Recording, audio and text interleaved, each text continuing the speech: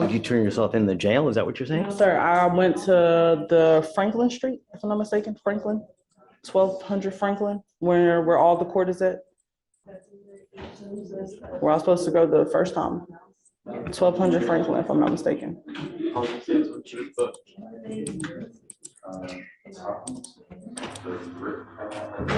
It was on Sunday though. Was it over the weekend? Honestly, I don't even remember what day. Oh, this time? Yes, sir. I can't. Let me, you know what we could do is we could do this is that if we're going to do this, you know how we do that release that we release to people, Right. something like that. So we know that she gets to the P180 place. Where is it? Where did they do the interview? Do you know? I guess because it's not like an inpatient facility, would it be different if it's... Okay, pause for a second. This judge is basically saying, I've been burned before in court speak. That means the defendant's been granted leniency in the past and didn't hold up their end of the deal. Notice how he's balancing. Compassion with caution wants to give her another shot, but the trust meter's running low. Where does it happen? Do you know? Do you know where the interview happens, Josh? I'm not sure like physically where it is, the P180. I'm checking the state though. Because I guess she wouldn't be released to that program. She'd just be released and have to. Do you have a date already for it? Do you have a date for it? There's like a way to book it online, but they said that you have to send the contract to PTI, P180 contract. So, which I think is what we have now. So I think we should be able to schedule it now. Okay, so let's do this. Schedule it, get a date, and then I'll put a GPS monitor on her prior to release. I'm not going to do this again. Okay. You ever take off on me again, I swear on everything that's holy, that'll be the 5th time. Do you understand? So I'm not giving you a PR bond now to just wait, get a date. We'll set it for like the day before, and then we'll give her a PR bond with a GPS prior to release. The instruction is she goes directly to get the interview done, and then we'll go from there. But I'm not going to continue to play this game. But I'm not playing the game, sir. It's been cold. Like, what do you expect? It's been 20 degrees, sir. 20 degrees. You know how hard that is to actually stay. Your finger's so frozen that you can't make a phone call? Sir, I just got the phone. That's what I'm telling you. If you need resources, we can give it to you. If you need a phone, if you need a tablet, if you need food, we have resources to give you. But you take off, you don't call, you don't come to court. So what are we supposed to think? And we just can't keep, I've got 4 different times. I can't continue to do the same thing. We'll get the schedule. All right, do it and we'll see. Okay. Sir, you are charged with 2 cases. You're charged with evading arrest or detention. You're also charged with failure to identify oneself, giving fictitious information.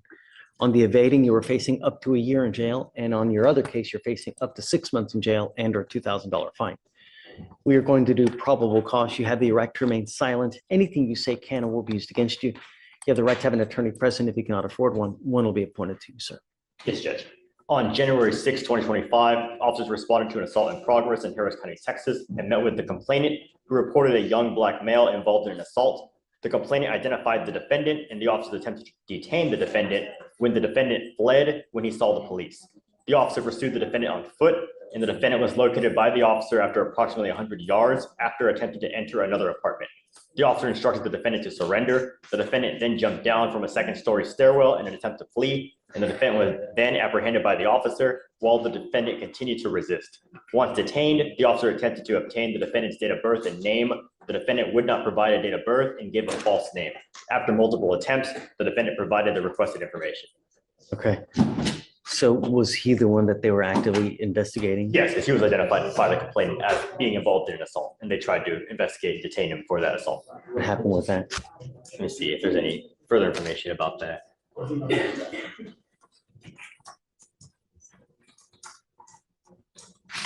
So in regards to the original assault, it was determined that no assault occurred, but Quick legal inside a PR bond or personal recognizance bond means she can get out of jail without paying bail as long as she promises to show up for court.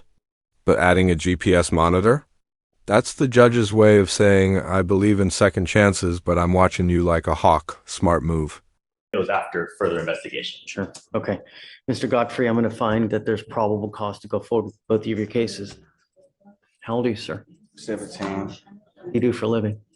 I'm searching for a job right now. I'm gonna work at the warehouse. Did you graduate from high school?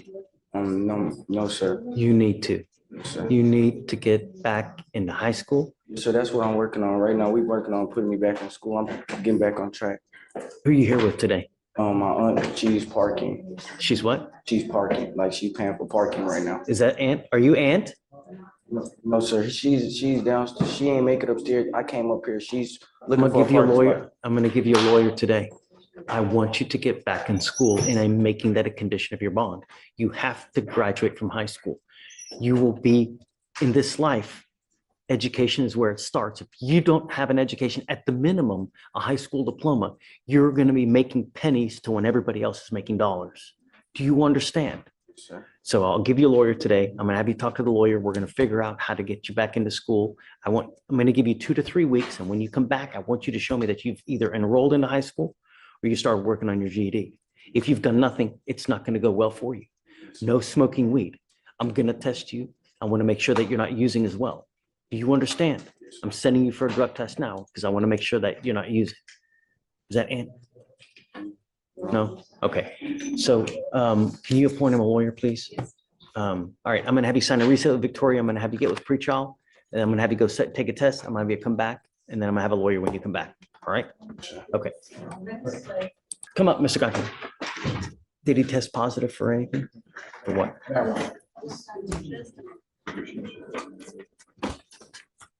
Mr. Godfrey, you know, this life is a journey.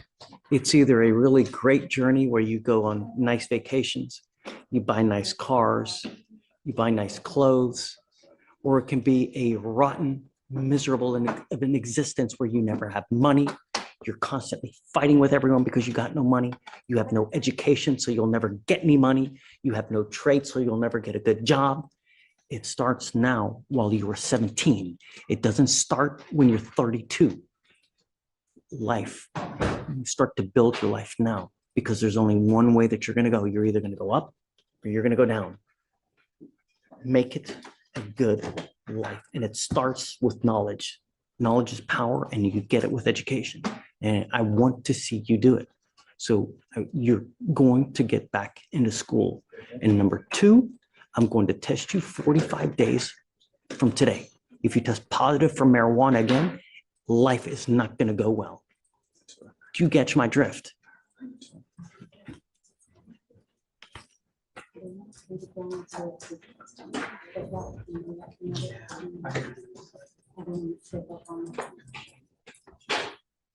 So what we're going to do is we're going to bring you back in about 2 to 3 weeks. I want to see what you have done to get either back into high school or to work on your GED. If you need help, we have resources that we can give you to help you get free GED classes. But if you've done nothing in the next 3 weeks, again, it's not going to go well. I want you to become someone, not another statistic in and out of custody, because you start doing things just to get money the wrong way. That's not the way to go through life. Who do you live with now? Your aunt. Okay. She's here in the courtroom as well. Great. Where is she? Come on up, ma'am. I will say that when I mentioned to him that you have the resources for a GED, he told me that he wanted to enroll in a program at a school. One motivational moment alert. This judge just switched from courtroom mode to full-on life coach. And honestly, he's not wrong. Judges see the cycle drop out, get in trouble, repeat. So when he says knowledge is power, it's not just cliche. It's survival advice. What do you think? Tough love or genuine care? Because it was important to him to quote walk across the stage. That'd be great. She can come. That's fantastic. That's what you need to do. I'm telling you, the more schooling you have, the more money you're going to make in life. Ask him. Ask him how great it is having money. He's killing it. And I'm telling you, this is your business model right here. Thank you so much for coming. Yes, sir. Thank you so much for taking care of him. Yes, sir. No, we want to see the best in him. And it Right. starts with high school. Yes, sir. So what I did was I made it a condition of his bond. Okay. And I will give you anything that you need also. What I told him is he's not allowed to smoke weed. Right. He's going to be tested again in 45 days. If he tests positive, I'm going to put him in jail. Okay.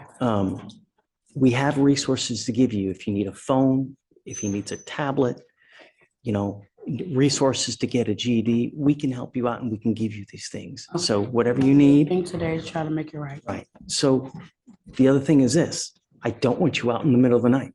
Nothing good happens at 2 a.m. when you're out. You understand?